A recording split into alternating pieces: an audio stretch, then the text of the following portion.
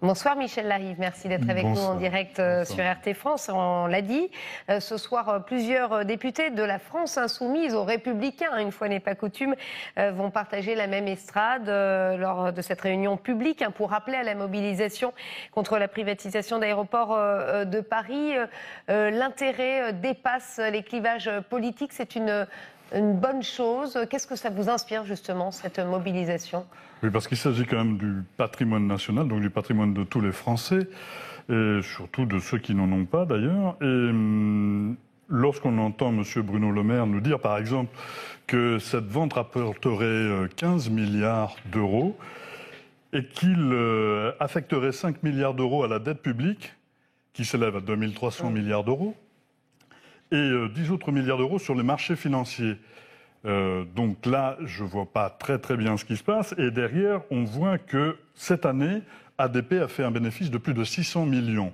Cette chose-là, sur les marchés financiers, nous rapporterait 250 millions. Alors même économiquement, c'est une très mauvaise opération. Alors c'est une très mauvaise opération démocratique parce qu'il est en train de vendre quelque chose qui n'appartient pas à l'État, mais qui appartient à tous les Français. Et puis, il fait une très mauvaise affaire financière et économique. La présidente du Rassemblement national, Marine Le Pen, a dénoncé ce matin sur BFM TV un vieux fonctionnement sectaire parce qu'elle n'a pas été conviée à cette réunion. Est-ce que vous partagez cette indignation ? Il aurait fallu inviter Marine Le Pen et finalement s'unir, l'union sacrée contre cette peut-être philosophie du gouvernement de vouloir privatiser. Non, j'ai aucune déclaration à faire là-dessus. Ce que fait Mme Le Pen ne m'intéresse en aucun cas.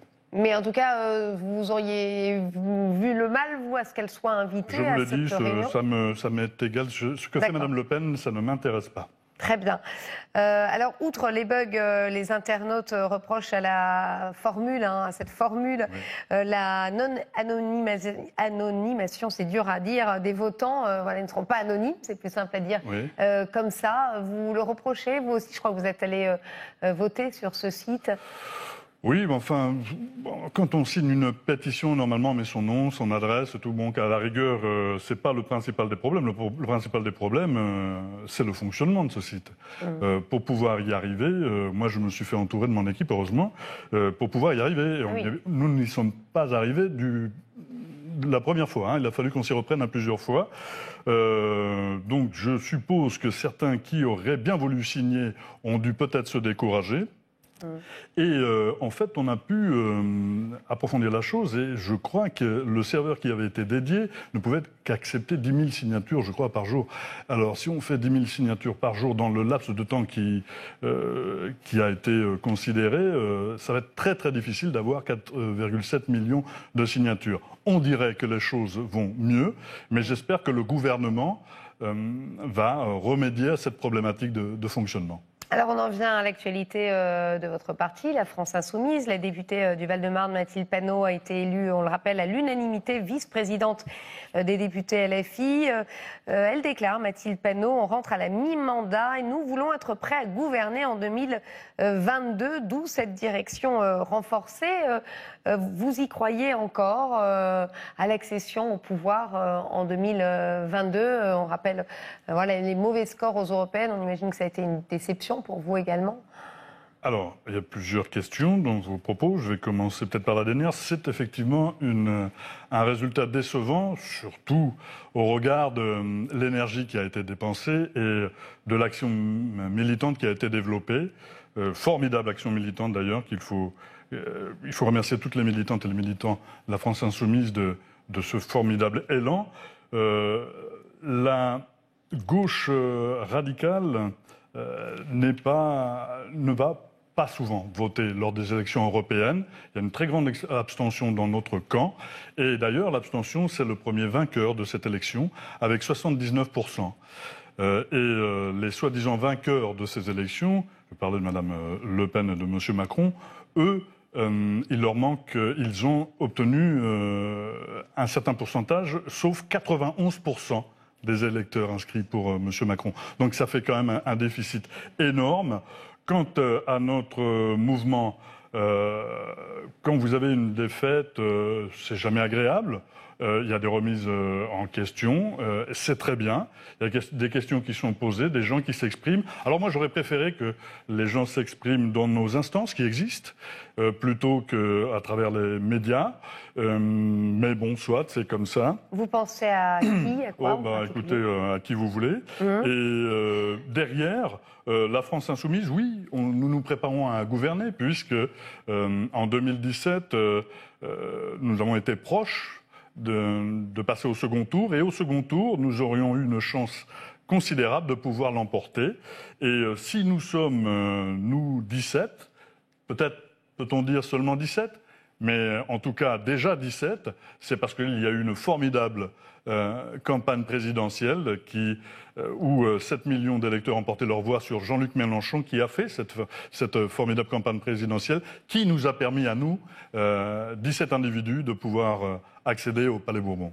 Le même Jean-Luc Mélenchon qui est critiqué par certains. On a notamment, je vous parle des européennes parce que voilà, c'est le dernier résultat dans une élection de la France insoumise qui était donc mauvais. Donc critiqué pour son manque de stratégie, la visibilité, mais aussi parfois peut-être pour sa personnalité. On semble manquer un petit peu de démocratie dans le mouvement. C'est ce qu'on entend ici ou là de la part de membres de la France insoumise. Quelle est justement votre opinion sur ce point, sur ces critiques? Est-ce que vous défendez Jean-Luc Mélenchon? Bien entendu, comme je vous l'ai dit juste précédemment, s'il n'y a pas Jean-Luc Mélenchon, il n'y a pas 17 députés à l'Assemblée nationale. Et donc la France insoumise n'a pas l'écho qu'elle a en étant au Palais Bourbon. Donc vous trouverez en moi toujours un défenseur de Jean-Luc Mélenchon, parce que je sais ce qu'on lui doit, et j'espère qu'il continuera très très longtemps à être là et à pouvoir s'exprimer. Et pour le reste, c'est normal que les gens s'expriment, et c'est très bien. Dans un mouvement qui se veut démocratique, les gens s'expriment. Nous avons là, ce week-end, une assemblée participative où ils pourront s'exprimer, et derrière, il sortira de cette assemblée participative sûrement des pistes de réflexion, peut-être des endroits où une réflexion sera menée pour améliorer, parce qu'on doit peut-être sûrement s'améliorer, améliorer le fonctionnement de la France insoumise. C'est un mouvement jeune qui doit peut-être, sûrement même, s'améliorer, et nous allons le faire tous ensemble pour ces prochaines échéances qui viennent. Je faisais référence évidemment à ces quarantaines de cadres tout de même qui se sont exprimés dans le journal du Monde et qui déplorent l'absence d'une véritable instance de décision collective. Vous pensez que vous allez faire taire vos divisions et trouver un consensus pour 2022? Si je vais faire taire. En tout cas, moi personnellement, Michel Larive, j'ai envie de faire taire personne. Je souhaite que tout le monde puisse s'exprimer. Faire taire vos divisions, je ne dis pas faire taire les gens. Ah, mais j'espère que nous irons, tous ensemble d'un même élan vers les futures échéances qui nous attendent, oui. Aujourd'hui, quels sont finalement les points qui vous rapprochent, tous ces cadres qui sont parfois pas d'accord sur la ligne stratégique de la France insoumise? Quels sont les grands thèmes? Je ne comprends pas votre question, parce que vous dites qui vous rapproche. Je parle des divisions au sein de la France insoumise. Qui rapproche les gens le dénominateur commun. Je ne sais pas, alors à ce moment-là, il faudrait peut-être leur poser la question. Moi, en tout cas, sur la stratégie, il y a des choix stratégiques qui, quand ils sont posés et choisis, doivent être mis en œuvre et mis en place.